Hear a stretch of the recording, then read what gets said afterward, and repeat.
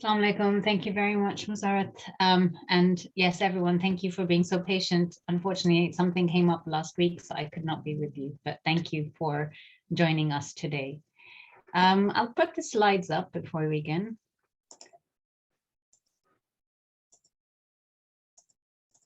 Okay. Bismillah ar-Rahman ar-Rahim. Rabbi shrah li sadri wa yassir li amri wahlul uqdatan min lisani yafqahu qawli. Just want to clarify one thing about being an expert. Although I may know the theory, although I may have tried and practiced this with my kids, I am by no means an expert. I am still, the disclaimer is that I am still trying to find my way around my own teenagers. And, sometimes I am with it and I can practice this really well, and sometimes I can't. And that's part of being human. But I feel like if I didn't know what I know now, I would have been in a much worse position. So whatever benefit that I have gained from this information, from learning this, I will inshallah share to you, and hopefully it can be of some benefit to you as well. So just a quick introduction. Thank you, Musarat, for that background. But in terms of my kids, I have two children. I have a son who is 16, Hussein Yahya, and Zainab Fatima, who is 14. And I always like to say that I thought I would be the parent who, who would got it, because I've always worked with kids. I have lots of younger siblings, and I've always thought that I can't wait to be a parent, and I know what I want to do. I know what I want to achieve. And then I had kids and everything turned upside down. One of them is, with both kids, there was a lot of learning along the way. And eventually there was a situation which led me to find the philosophy that I practice right now, which is hand-in-hand parenting. And what brought me to that was a time when my daughter was going through severe separation anxiety. From being a perfectly confident, outgoing child, suddenly there was fear, and she was starting school in a completely different position to how she was when she was starting nursery. And I came across a podcast by Patty Whitford, the founder of Hand in Hand Parenting. And when I was listening to it, and I had done a lot of Googling, because we tried to look for answers everywhere. But when I was listening to this, it made a lot of sense. And even before I studied it, even before I, did the course, just by reading it and practicing it with my kids, especially with my daughter at that time, I could see massive changes. And alhamdulillah, I went on to then do the course, and then went on to do the instructor's course, because I felt like there was so much there that resonated with our faith, and I could see the effects. And then when I started practicing on Hussein Yahya, who was older at that time, I could see the effects there as well. So alhamdulillah, I've been now practicing this since she was 5, and she's 14 now. So it's been at least 9 years, if not more, that I have been practicing hand-in-hand parenting. So what I'm sharing with you here is based on, yes, a lot of years of knowing this stuff, practicing this stuff, but also failing at this stuff, and seeing the difference of what happens when I'm just doing, what I had previously thought, or what has been done to me, or the typical stuff that's in society, and what happens when I actually am present and connect with them. So let's begin, inshallah. What I'd like to do first is just to find out from you guys, who are you? How many teens or tweens do you have? How old they are? And why are you here? What's one thing that made you say, oh, there's a talk on this topic. Let me find out a little bit more. So if you could just share on the chat box. And if you want to DM me, that's totally fine too. You can do that, and I'll just read it out.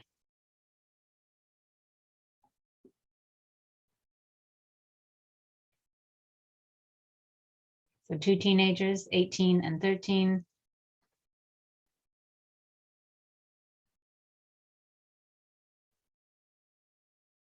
"17, daughter and 14-year-old son, 14 and 12.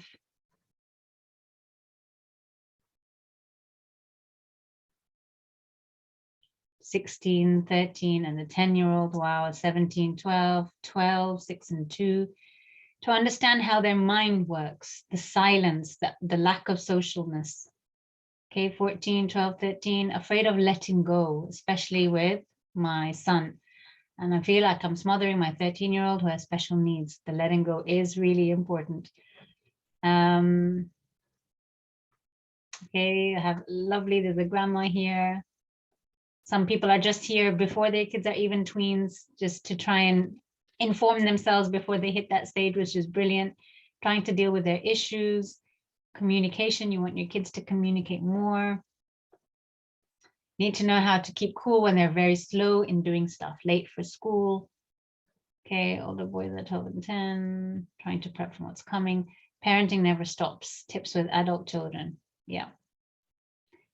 So we have a whole range, but there are plenty of you who are right in this the middle of this teenager stage. And I feel you to understand adolescence and how to best raise them, better communication, building a bond, telling them many times, for example, to clean the room or anything, but you have to tell them many, many times. Okay. So we can touch on some of this stuff, how to get them off tech. That's a big stuff. So actually the way that I normally teach this course is it's over 6 weeks. Okay, so and previous to that, the 6-week teen course, usually the people who do the 6-week teen course already have done the 6 weeks of the hand-in-hand course. So throughout the first course, what happens is you learn the different tools for parenting by connection. And in the second teen course, you learn very specifically about teenagers and how their brain works, what's going on for them at that time, how to use the tools for teenagers in particular, what are some struggles that we cope with, what are some techniques that are specific for teenagers. Obviously, this is just a 1-hour thing. So I have tried to make it as practical as possible, giving you a little bit of tips and also a little bit of perspective as to what's going on for them. But we won't have time to go into any of the brain stuff, and we won't have time to go into depth about things like maybe tech and all the rest of it. I'll give you an overview. But if you are interested and we have enough people, what I can try and do is maybe create a course which combines both the tools and the teenage stuff. So if you're interested, by all means, after this talk, get in touch and we can see what we can do. All right. What is the ultimate aim? Let's think back. When our kids were born, or even when we were expecting our first child, what was the image that we had in our heads? What did we want for our children? What was our purpose in having kids? Just put that down on the chat box. What's your ultimate aim in raising children? What do you want them to be? What do you see them as? What do you want to raise them as? Just pop it in the chat box. Again, feel free to DM me if you don't want to share publicly.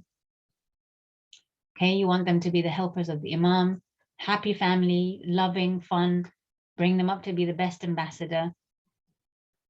As Sadqa Jariya when I die, decent human beings, good God-conscious person who positively impacts their society, future role models, to be on the right path, to be a support for us when we are older. Any more? To be happy? Yeah. To be themselves, to raise independent, happy, God-conscious people, soldiers of the Imam, live their purpose in the grander scheme of things in the way of Allah, to get closer to Allah and vice versa. We help them get closer to Allah, to enjoy them and make them good human beings, to have a family and fulfill Allah's recommendation. Okay. God conscious to help me grow as a person. Right. Excellent. A lovely variety of answers there. Okay. To be able to be open and talk to me. Fantastic. So here are a couple that, you know, we usually ask this question when we run parenting seminars, whether for young children or for old children. Okay, so let's have a look at some of the answers that typically come up. Happy, all-rounded, have a strong belief. So that came up a lot. To do the right thing, to be independent, and to stand up for themselves. That kind of summarizes a lot of what you were saying. But there were a couple more too. It's interesting. Nobody said they wanted their kids to be obedient. Not in direct terms anyway. Some of you said that you would like them to do what you asked them to do, right? And that's normal. We want our kids to do, because we know what they need to get done. But here's the thing. Why do you think none of you said obedience? What is the danger, or what is the problem with obedience? Why is it not the first thing that we ask from our kids?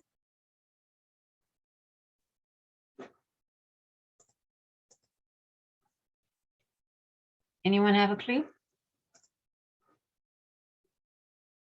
It's not a give and take relationship, somebody said. Yeah.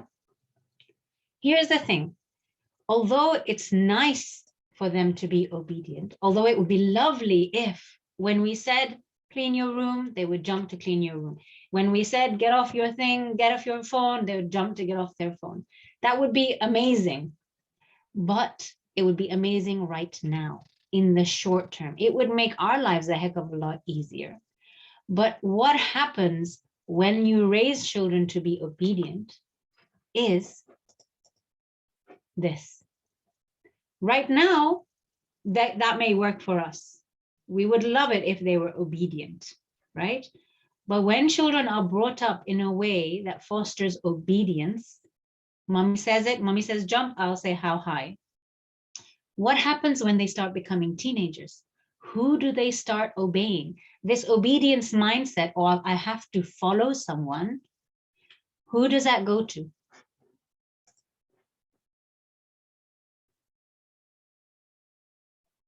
Anyone know? Who will they start obeying? I am going to push you a little bit. I know some of you are probably just listening as you're working. Yes, yes, strangers, friends, peers, okay? They will start obeying the peers and the friends around them. So when that friend says, try this, or have a drink of this, because they are so used to being obedient, they will just do it, right? They won't necessarily do these things where they're thinking, they're independent, they're standing up for themselves, they're thinking for themselves, okay? So we need to keep this in mind, that when our kids, especially when our tweens and our teens are questioning us, are maybe not doing what we want straight away, that's okay right now. Because what you don't want is you don't want obedience, okay? Rather, what you want is you want cooperation. You want cooperation from your kids. You want them to do something, ideally because A, that they're doing it out of respect for you, but they are choosing to do it out of respect for you. Or they're choosing to keep their room clean because that's, they understand the importance of that. They're choosing to study well because they understand the importance of that. And I'm saying it like it's an easy thing. I know it's not an easy thing, but just remember that it's okay sometimes when they don't necessarily obey. It's okay for them to question. It's even okay for them to argue. It's okay for them to argue. They need to do it respectfully, but welcome differences of opinions, okay, in your kids and in your teenagers. All right.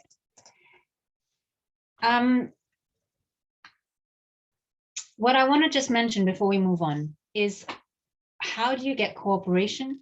You get cooperation by connection. What do I mean by connection?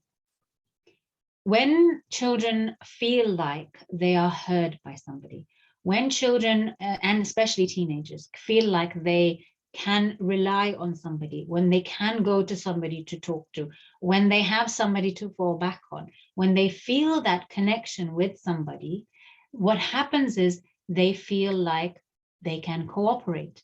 Connected children are cooperative, are flexible, are playful, are understanding. They're all these brilliant, magical things.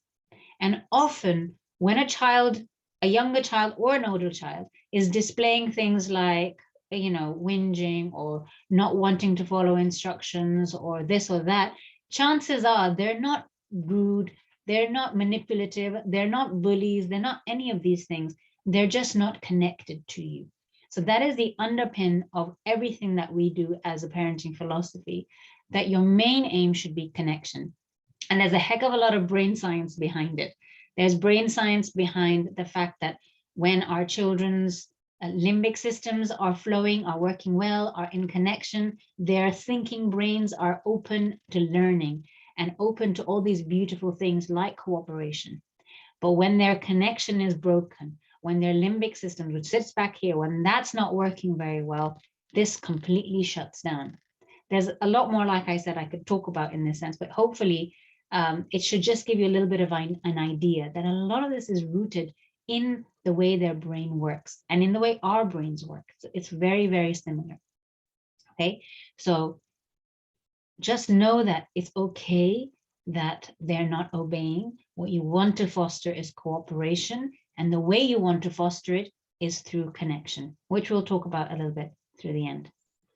Let's look at the teenage stage in particular. You guys have all heard this famous hadith, right?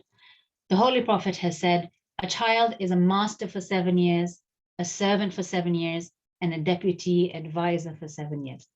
Okay, there are different versions of this. Imam Jafar Sadiq has said, a child plays for 7 years, learns for 7 years, and becomes aware of halal and haram for 7 years.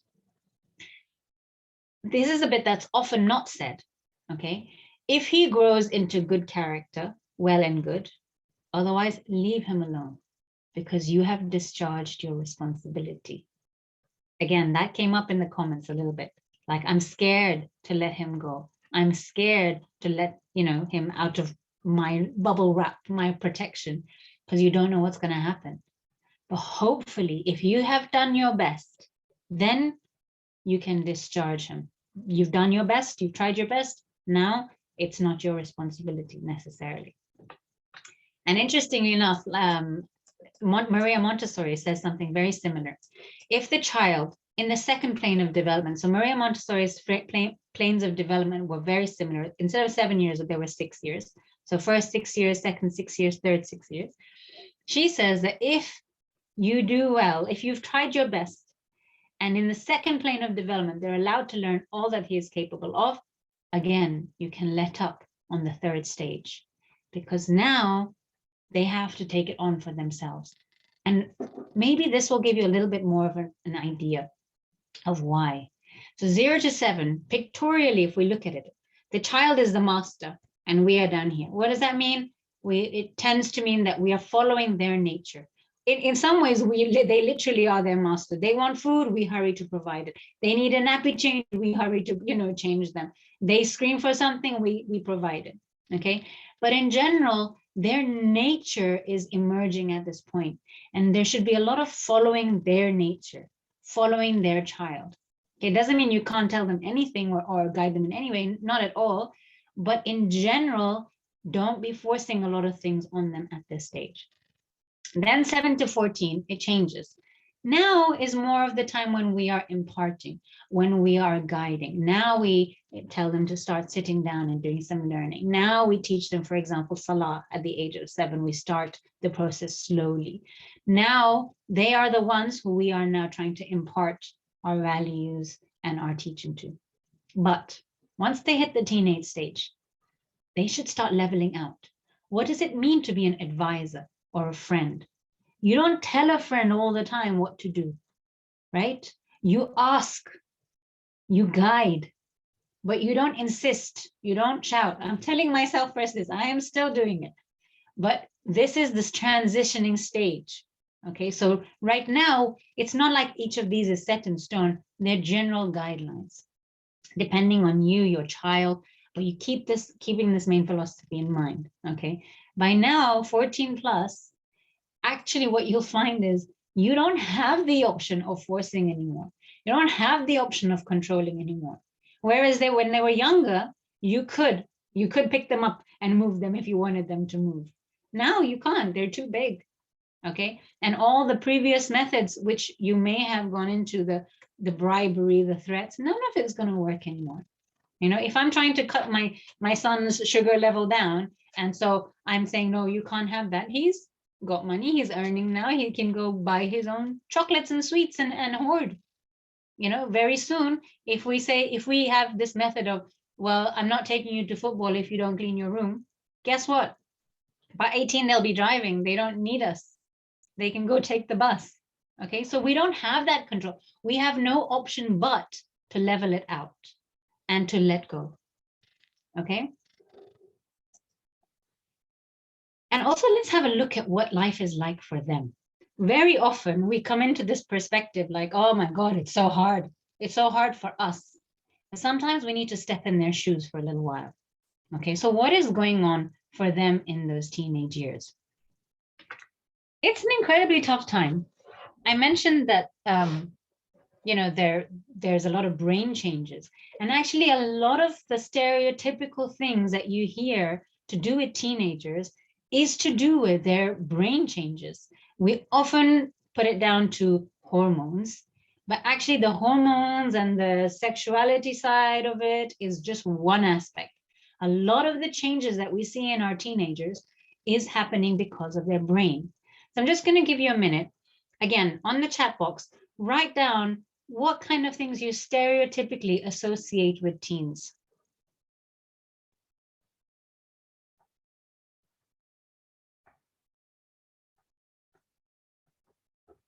If I tell you there's a teenager, what are the things? Moods, yep. Grumpiness, stubbornness, yep. Attitude, strong inclinations and opinions, rebelling, stubborn, backtalk, sex, porn, bad friends, solitude, hormones, risk-taking behavior, rudeness, peer pressure, impulsive hormones, physical maturity, yep. So a couple of stubborn, sleeping in, yep. Detachment, absolutely. So out of all of these, how many of these are negative and how many of them are positive? Somebody said all of them are negative. Yeah, a lot of these, if you look at them, the connotation is what? Negative, moody, stubborn, impulsive, rude, risk-taking, okay? So actually, it's perceived as negative. But here's the thing. Their brains are going through an incredible time right now. And yes, a lot of it is manifesting in this grumpiness, this moodiness, this risk-taking, this rebellious behavior, but it doesn't necessarily have to be.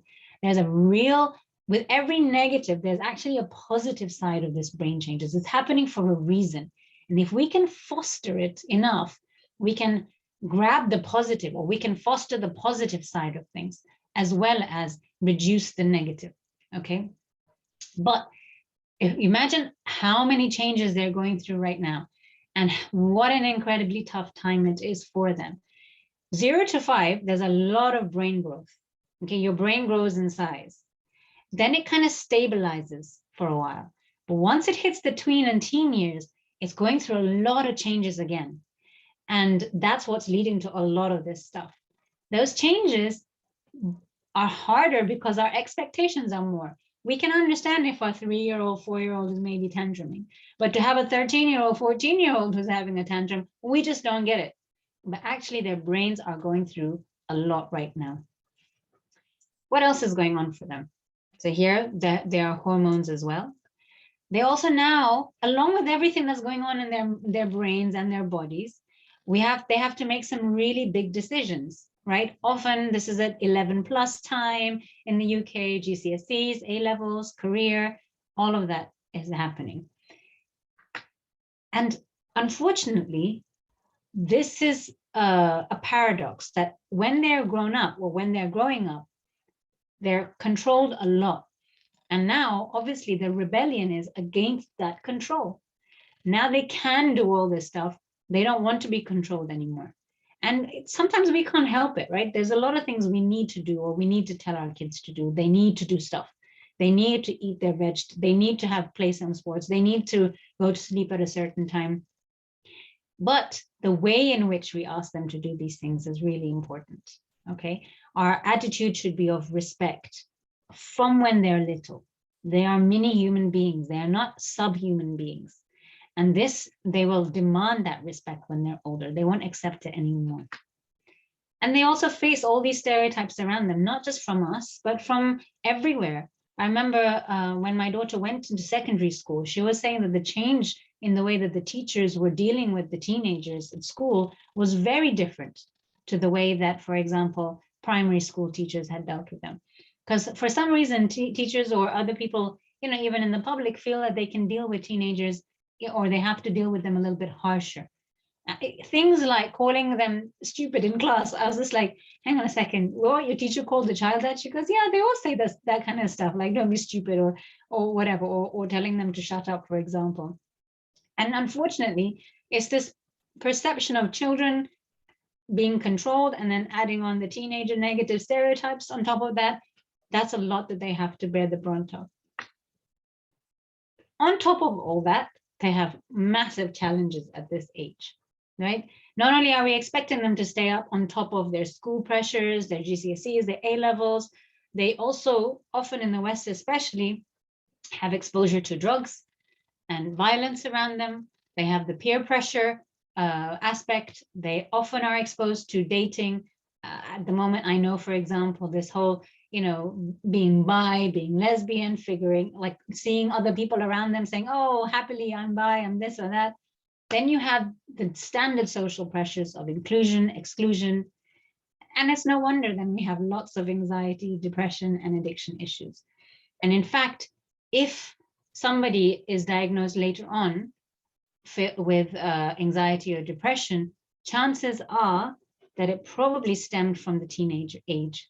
What they're finding is often it starts in the earlier ages, and especially for girls, adding on to that self-image and body image and all the rest of it. It's very, very difficult. So let's take a moment to really just admire our teens and appreciate them for how well they're managing to do despite all of this stuff, right? There was this lovely article I'd read once about purple Uggs. And there was this mom of a teenager who had brought her children, her daughter, some Uggs. And I think within a few months, her daughter grew out of them. So the mom wore them for the day. And she, as she was walking around, doing her stuff on her purple, in her daughter's purple Uggs, she started to think that, oh, imagine what it would be like if I have something right now and I know that in a few months, it's not going to be the same. My body is not going to be the same. I can't even wear the same shoes for longer than a few periods of months, a few months. What would it be like knowing that everything is changing around me? There's no stability, and yet there is so much pressure and demand. So it's really, really tough. And let's appreciate them, because often we're going in with a lot of negatives, with a lot of, you haven't done this and you haven't done that. So maybe even inculcating a weekly habit of appreciation. Do you know what? I get it. I see that it's so hard for you, and yet you've managed to go out and play some sports. I see that all your friends are playing video games, and yet you've managed to get an A in this test. So it's really, really important that we take that time out for our teens. Now, I also know that it's hard for you. Okay, I get it. It's not easy for parents. It's not easy for me. Sometimes I just think, oh my gosh, I thought I was prepared, but I'm really not prepared for this teen stage. So what's going on for us? We are tired by now, okay? We are often worn out in terms of parenting by the age of 10, unless we have a really great support system, which most of us, 99.9% of us don't. What do I mean by tired? I'm not talking about physical tired. It's more of just a mental exhaustion from parenting, from being on high alert about caring for other human beings all the time. And I remember, because this is something that Patty had mentioned in one of her talks with teens, who's the founder of Hand in Hand. And I remember when I thought this, it was like an aha moment for me, because I was going through a phase where I was really feeling exhausted, like I didn't have the capacity to deal with anything. And when I heard this, I was like, oh my God, that makes sense, because I was feeling quite guilty. I was like, Shaheen, you're getting a full night's sleep now. They're not troubling you. They're not waking you up. They're not coming into your bed. You really have no excuse to be so exhausted mentally anymore. But this made me realize that it's a different type of exhaustion. Okay. And I only have 2. I know some of you have 3, 4, 5, and that's hard work. We've just now gotten used to all the challenges of early parenting. Maybe we finally are able to have a good night's rest. Maybe not even.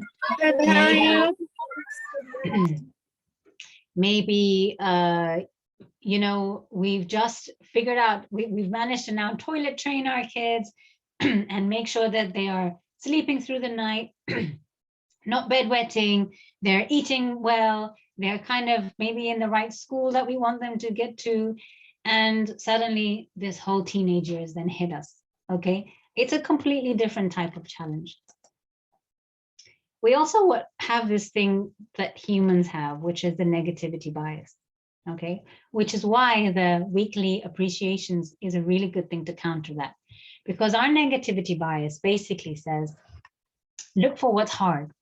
It's a survival thing. If we see the problems, we can tackle them before they get too much. Okay. But what tends to happen is we only focus on what's hard. We don't focus on the good.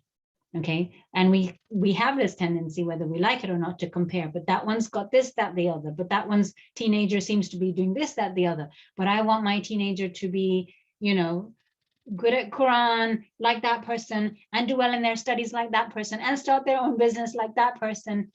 And we're picking the best out of everyone, not realizing our expectations for our one child is huge. Okay. But that's an innate thing, and we have to counter that. When I run classes, we start our classes with, what's one thing that went well this week? And the number of times parents go, I can't think of anything. It's been a really hard week. Is like, I can't even count them. There are that many. And that's not because there hasn't been moments of goodness. That's because we tend to focus on what's hard and what's difficult. So trying to shift that is really key. The road is lonelier in parenting teens and tweens because the problems are bigger. So we have, for example, if our child is struggling, is dating, let's say, or messaging girls or boys, or is maybe, you know, having a lot of arguments with us and being really rude, or is, I don't know, failing in an exam, whatever it might be. It's not as easy as going to the toddler room and saying, oh, I didn't have a good night's sleep, or oh, they're up all night, or oh, they're not eating well, or they're not eating vegetables, because the problems are so much bigger. And so we don't feel like we can share them. We're scared of being judged. So we feel like we're doing it all on our own, which is not true. And the problem is we also feel like we're doing it without the light at the end of the tunnel. Like we all know with our little kids that eventually they're going to grow out of nappies at night. They're not going to be sleeping in their nappies at teens, are they? Or eventually they are going to be sleeping in their own beds. We're not going to have a teenager in your bed for life. But with these problems as teenagers, we don't necessarily have the light at the end of the tunnel. So it is harder. So there is hope though, right? So the thing is, we need to understand that we are exhausted, we are tired, and it is difficult times. So accept that. We're not meant to be, you know, perfect. We're not meant to be on top of it. We're not, it's something new that we are learning, and as we go along too. So be kind to yourselves and be kind to them. They are learning. They are going through this for the first time too. They are struggling with a lot too. So just taking some time to appreciate that and shift our perspective on that is very, very important. I mentioned right at the beginning that connection is the key, that they need somebody to connect with to be able to go through the hurdles of life. And when they're connected, their thinking brain opens up, right? Actually, the added protection of connection is what we call a super protective factor. So there was an analysis done of 600 separate studies on teenagers. And what they found was they looked at a whole different bunch of aspects. And what they found was that connection is a super protective factor. That when they looked at things like high school dropouts, teenage pregnancies, teenage drug abuse, all sorts of things, the one thing that protected children from doing that, or even if they did it, they would return back sooner, is connection to parents, okay? Is connection to an adult who is there looking out for them, that they can have a relationship with, okay? So how do we foster that? Obviously, it's a huge topic, but I'm going to give you 5 little tips to that you can hopefully start practicing straight away, okay? It's not easy necessarily, and it takes a lot of work on yourself too, but keep this in mind at least. One is to reduce the friction. Okay, what do I mean by this? Think about all the times that you've gone into your teen's room. Trust me, I'm there with you. And they kind of sigh and they go, what do you want now? Like, what are you going to tell me now? Okay. And that is an indicator for you that there's something that you need to cut down on.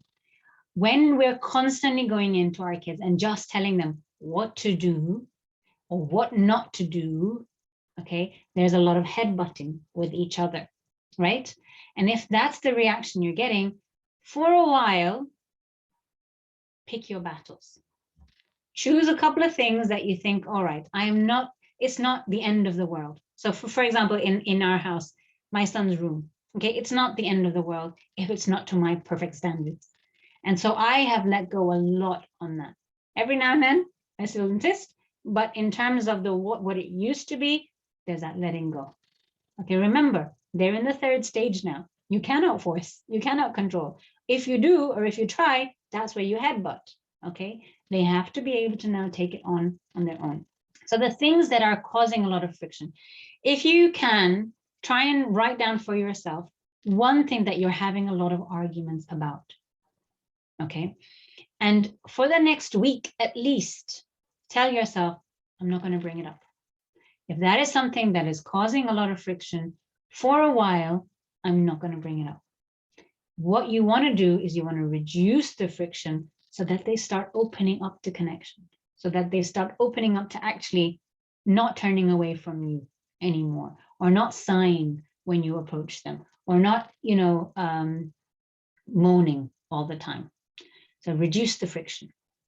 Secondly, when you hopefully reduce the friction, you'll have more general time with them, right? Where they're not pushing you away, when they're not saying, go out of my room, whatever.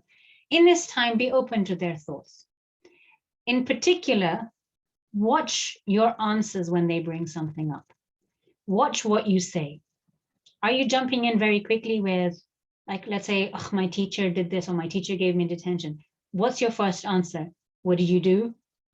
Or is it, oh, and that's it? Listen more. Okay, and now teenagers often find it hard to have sit down conversations. It's not the way that they operate necessarily. It'll make them, it'll probably shut down conversation. So what you want to try and do is you want to try and have moments where you're doing stuff side by side. If you're cleaning the kitchen together, or if you're in the car together, these are really good times to just stay quiet and maybe ask a question and then leave it open. Okay, but just watch. What are you saying that's shutting down conversation? If you're saying something and they go, never mind, it's fine, then that's a chance that you've probably gone in too quickly. Are you providing advice too quickly? Are you providing solutions too quickly? Okay, it's not your job anymore. It's your job to help them foster their own thinking, their own solution bringing. Okay, you have to now start letting go of rescuing and providing. So open yourself up to their thoughts. If you stay quiet, what happens next? Now, one problem here is the phones. So even if you're sitting in the car, if they're on their phone, that conversation is not going to happen. What I do is I say that we have a no phone policy in the car. That doesn't mean they listen all the time, but if they have their phone out, I get, hey, phones off. They may not do it straight away, but eventually I do see, like, it does go to this side. And then maybe we're listening to the radio together or talking about something. Not always, but I'm trying to create more opportunities for that. Number 3, get some laughter going. What do I mean by that? Think about the last time you and your teenager, actually belly laughed. Chances are it's so much easier when they're younger. It's so much easier to get our younger kids to laugh. You just have to make a funny face or chase them and they'll be giggling and they want more, right? But with teenagers, you might just be getting eye rolls or smirks. That's fine. Go for the smirks, okay? Whatever you can do to get laughter going. Maybe pull out an old game you used to play when they were younger and they really loved, okay? Maybe go in and like give them a snuggle when they're least expecting it. Or if they're, if they're saying something or maybe answering back, just go sit on them and see what they do. Okay. With a lightheartedness, rather than taking everything so seriously, see if you even tell them some knock-knock jokes, for example. Okay. We have to make sure that we keep that lightheartedness in ourselves to allow it for it to happen in them. But that laughter is a great connector between people. Imagine the last time that you went out with friends and you laughed a lot. How good did you feel after? Laughter is a way that brings people together. So if you can foster laughter, even if you watch a comedy show with them, let's say if you watch an episode or if you watch a series with them and you're laughing together, that's really good bonding time there as well. The fourth one is maintain physical touch. Again, so easy with our young ones. Young ones come up to you and want a hug and a cuddle. But older ones, if you go to them, they're like, oh, why are you hugging me? And that's why it's even more important, and especially for boys. Maybe girls will still come up to you. It's different for everyone, but generally girls are still more willing to cuddle and stuff. But boys, because of what they see in society around them and because of our own perceptions of now they're grown, we can't do this and that, they tend to have less physical touch or physical connection with their parents or adults around them. What this means is, unfortunately, because everyone has a need for physical touch, but when their need isn't met in these ways, then what do? They seek it, or they want it, or they only associate it in sexual ways. And that's not okay, right? If we think about relationships now, often are the men are able to snuggle, hug, hold hands, or is it just through one thing that they get their physical touch? So if we are able to meet our kids' physical needs through these loving, snuggling, going up and giving them a head rub, for example, massaging their foot, giving them a back rub, or even just jostling against them, giving them a shoulder nudge, we are able to give them that physical touch need that they all desperately desire. We are human beings. Physical touch reduces stress, and it increases our happy hormones within us. Okay, so sometimes I'll just randomly go to them and say, I haven't hugged you in a while, just give me a hug, please, I really need it. And if you're saying you need it, they're much more likely to give it, right? So keeping up that physical touch. And lastly, giving them your loving attention, i.e., not just making any time with them about what you need from them or what they haven't done. Okay. Again, younger children constantly coming up to you, mommy, play with me, mommy, play with me. These guys won't. They're happy in their rooms. Okay. What we need to do is we need to break that. We need to tell, and sometimes, it's easier for us, right? Because they're not troubling us anymore. We think they're just getting on with this, that, the other. But sometimes, like, I'll find that it's been a couple of days and I haven't really gone in or checked in or had that quality time with them. Okay. And so I have to make a point to then tell myself, 5 minutes a day, 10 minutes a day, just go sit on their beds, join them when they're watching something, give them a massage while they're reading or whatever it might be. But just go in for 5 minutes. And if they ask you, what are you doing? I'm just chilling. I'm just sitting for a bit. I'll sometimes go and, recite my Quran in his room or whatever it is. Just being around them may also lead to good conversations, but will also just be a chance for you to check in with them, for them to know that you're still around if they need you, for you to go in and for 5 minutes, just enjoy your child. Just go and revel in them. Go and send your love and attention to them. There's this beautiful story about this mom who was having a really difficult time with her 16-year-old. So we covered this in class, and she came back the next week and she said, so I knocked on my son's door and I went in, and his first reaction was, what do you want? What are you doing? And she goes, oh, nothing. I just wanted to give you a hug. So he's like standing really stiffly while she gives him a hug. Then the second day she did this again. She knocked and went in. What do you want? Nothing. I just want to give you a hug. And she went in and gave him a hug. Again, he's quite stiff. By day 4, when she knocked on his door, he kind of opened his arms up to her and was ready for that hug, right? So they want to know that we are there, and we're not just there for problems, right? We're just there to provide our love unconditionally without any requests. And the last thing I just want to finish off with is, do you know what? It passes so quickly. Like now my kids are 16 and 14, and I'm thinking, when did that happen? I just had to clear out of like their old books and their games, and I'm thinking, oh, they're not reading this anymore. Or like, I thought I would have this phase forever. And in it was really hard, but actually their childhood is pretty much gone. And very, very soon, way too soon, they'll be going off to university or marriage or whatever. So I know it's difficult, but really try and enjoy it. There's for those of you with older kids especially, I'll send out a video on the group. It's a little bit long, so I decided not to share it here, but it's a tearjerker. And it just really makes you think, you know what? Let me just enjoy them. Let me enjoy the dirty rooms and the lots of laundry and the dishes, because one day your room and your house will be spotless and you won't have anyone to stress over, but your hearts will be like crying. So really just enjoy them in their beauty, in their creativity, even in their arguments, enjoy this time. And I'll finish there. If you have any questions, Musarat, I'll pass it over to you to start that, inshallah. Thank you so much. You know what, the story did bring tears to my eyes as well. Thank you. And yes, they do grow really fast. I've got a 17-year-old soon to start uni. Time flies. So I'm trying to hang on to my middle one who's 14 as well. But yeah, so thank you so much for a lovely session. I'm sure it resonated with everyone as well.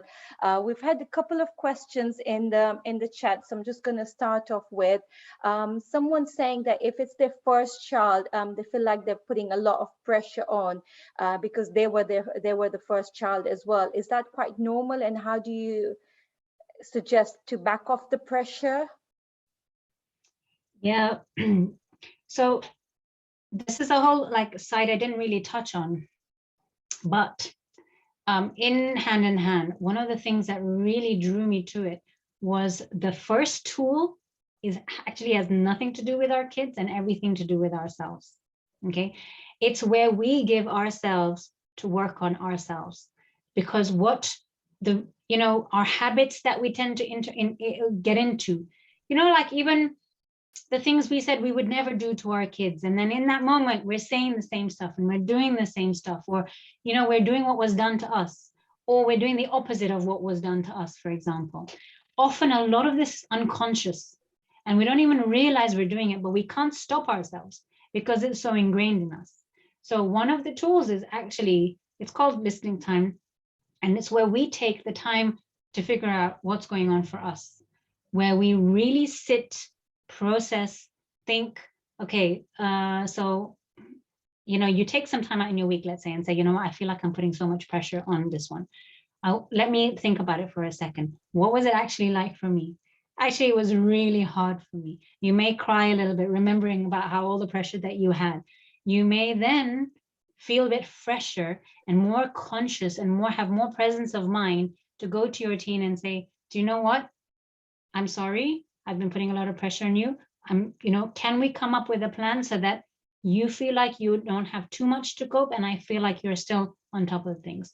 But that presence of mind, that going clearly in front of them and being very clear and calm won't necessarily happen unless you have taken the time to reflect on yourself and to be a little bit more present. Consciousness, being aware, is the key. A lot of the times we parent in an unconscious method, and then we regret it later on, or we don't understand why we got so angry. So it probably does stem from that, and that's really good to observe and notice, and then maybe really consciously think, okay, how can I reduce the pressure, because they're facing pressure from everywhere, right? So yeah. Thank you so much. Someone's also mentioned the way we treat and our expectation versus boys and girls is very different. I suppose I can see that as well. How do you what do you suggest? Because obviously with the girls, the wajibat comes earlier, the 9 years old, the baliga comes earlier. What suggestions do you give for that? As in, it is something that we do have to deal with, and I don't know, is it because that the kids are reacting, like saying that's not fair, or It's I'm not just sure I trying to, understand. I think it's trying to get them to do things, because obviously with the girls, you're working on your namaz first, do this, your hijab, your this. So you're putting a little bit more, well, extra pressure, isn't it, compared to the Yeah. boys? And it's just how do you deal with them? Because the way you say it is, at that age, it's they've got to agree, isn't it? You can't force them. How do you incorporate that agreement with them? So even things like, for example, let's say you have to ask them to pray. Again, I'm not sure of the ages. At the age of 9, for example, when you're trying to instill, for example, salah, then again, the way we do it, it should be love-based, should be encouraging, should be guiding, right? But there has to be some limits. At that age, you don't say it's your choice if you pray or not. You do say, come and pray with me, and you can, you do have to set those limits at that point. The time where you then guide or you give them a choice is after 14, where you can't force, and where you remind them it's namaz time, it's going to be kaza, and you invite them to pray.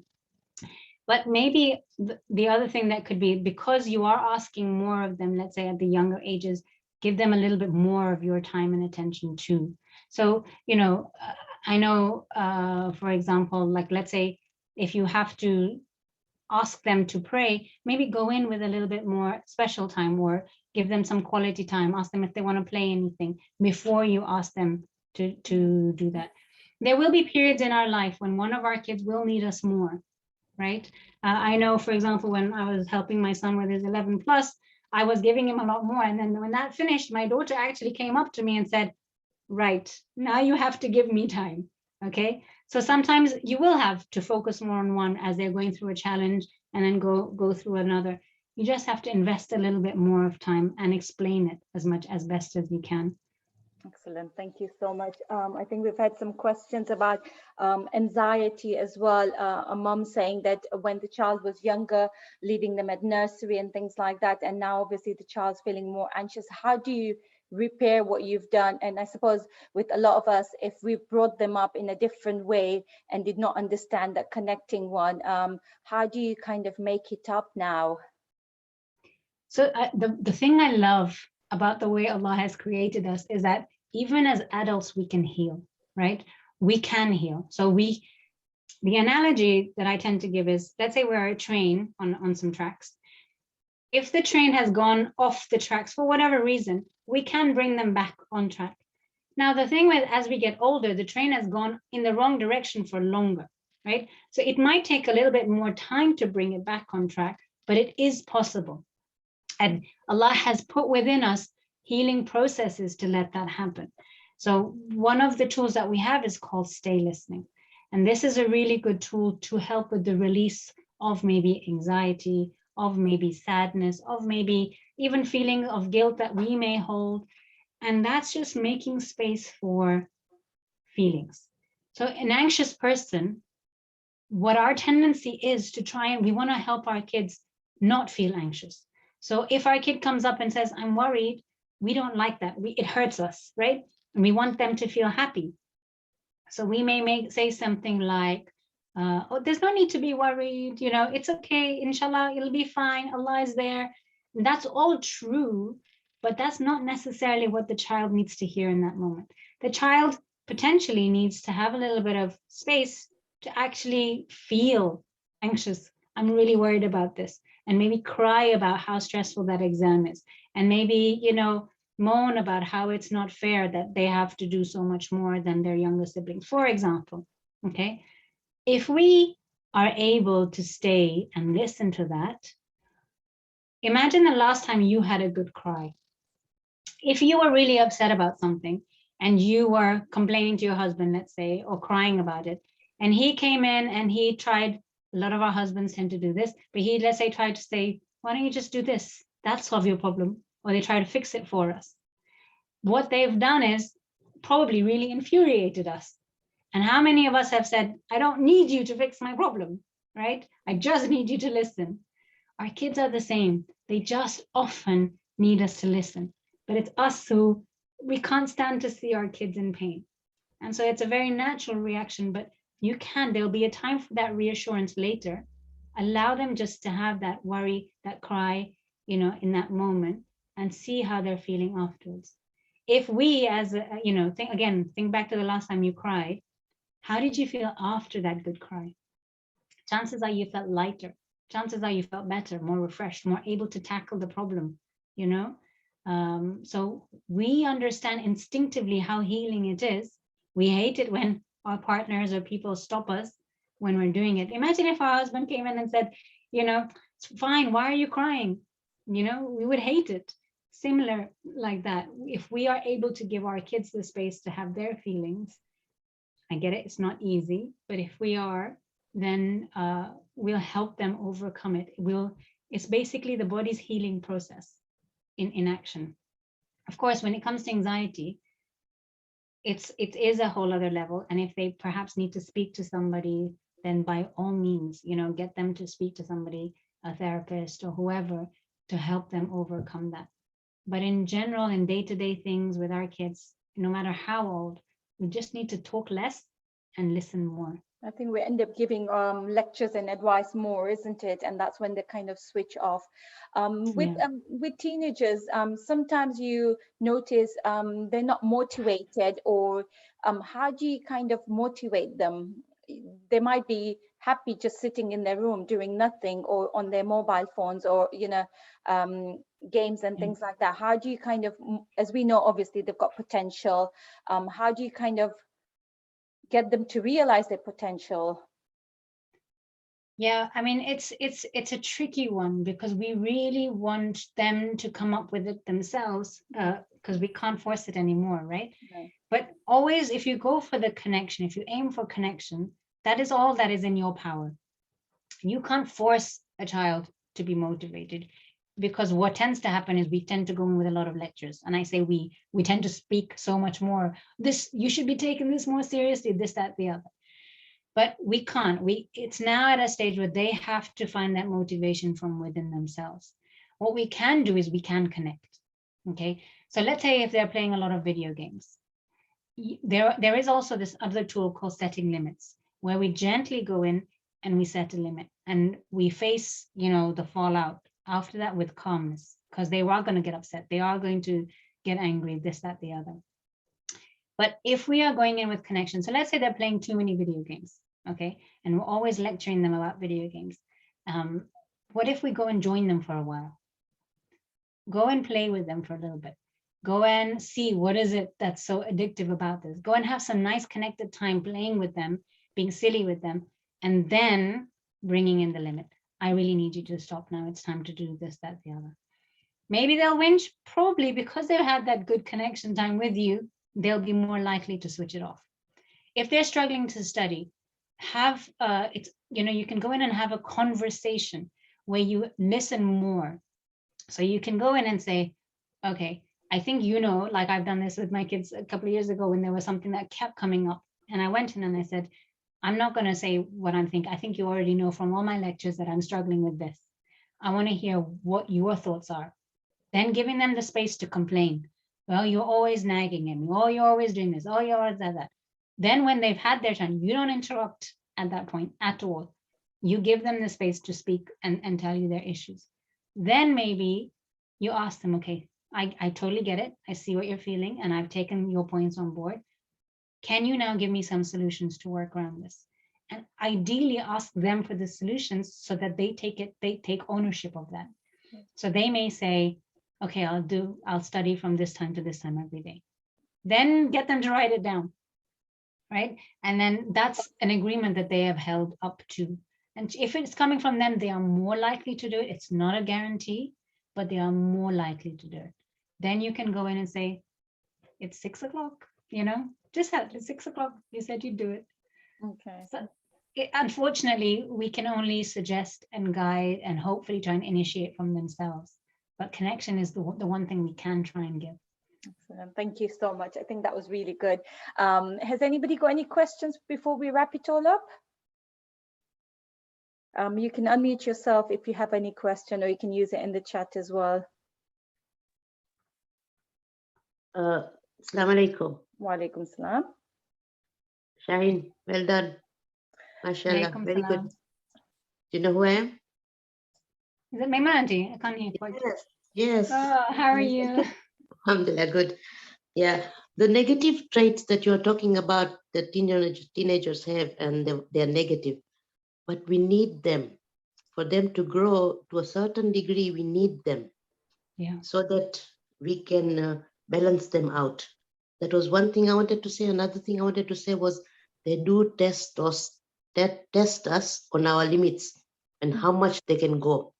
You know, the limits we set for them, they are testing us on that. Mm. So, yeah, Alhamdulillah, you did a very good job, mashallah. You know, Maimuna auntie, you reminded me of a good point, because one of the things that people were saying in the early thing about what they wanted as a long-term goal was growth for themselves. Yes. There is nothing that speeds up growth for yourself than being challenged, right? Yes. If you have a patience problem, your child will test you on that patience issue. If you have an issue with limit setting for yourself, or like, let's say you can't control how much screen you're getting, your child will be able to, will bring that up for you and will shine a torch on that issue. So just having kids is Allah's gift of growth. But Yes. if we choose to take it, right? If we Yes. choose to say, okay, I can see why is this bugging me so much? Because it's bringing this up for me. How can I work on that? So yeah, thank Yeah. you, Maimuna auntie. And the last and the bottom line is that Allah is there with you. If you ask Him for help, He provides it. Absolutely. Dua at the end of the day is Yes. what will keep us going, Yes. Thank you. especially for hidayah. Yeah. Thank you. Thank you. Thank you, Assalamu Maimuna auntie. alaikum. Alaikum salam. I'm not sure if you've got time to answer my, help me with my issues. No problem. I did send a message on the chat. So basically, I'm like a single parent to 5 children, self-employed and a home educator. And my eldest daughter, I home educated her from the beginning, and she just started sixth form. And she's basically took her hijab off, stopped praying. And I'm really not sure how to, like, she doesn't want to talk about Islam. Obviously, I've been making loads of dua, and I have brought her up on Islam. She's not, like, my family are not practicing. Her father is like quite far, so he doesn't see her much, and it doesn't really have a positive effect on her either. And I'm just really scared and worried that, she's going to go like the opposite way. And I feel like, I want to protect her, like you said earlier, but I feel like I'm more pushing her away. Like, if I don't want to talk about Islam, but it's like, Islam's our life. Read the dua, you say Bismillah before you eat. So there's so many things, and like, we don't listen to music, so many things. And now she's like, she's doing things opposite to like everybody in the home. And it's like, I'm not sure how to deal with her. So, I'm only giving you like theoretical stuff, but looking back at that hadith, right, which says that if you've tried your best, you've given her whatever you can, and being a single mom of 5 kids and home educating, hats off to you, and you can just pray now that you've done enough. And what you want to go in for now is just pray that you've done enough that she may, because one of the things about teenagers is they'll question their identity. One of the aspects of the brain is that this is something that is going to happen. They are going to question who they are. They're going to want, and you want that in one way. You want them to adopt the hijab because it's what they want. They can't keep saying, I'm doing this because my parents used to do it. In the Quran, it says you shouldn't be said, that's not an excuse. I'm doing it because XYZ used to do it.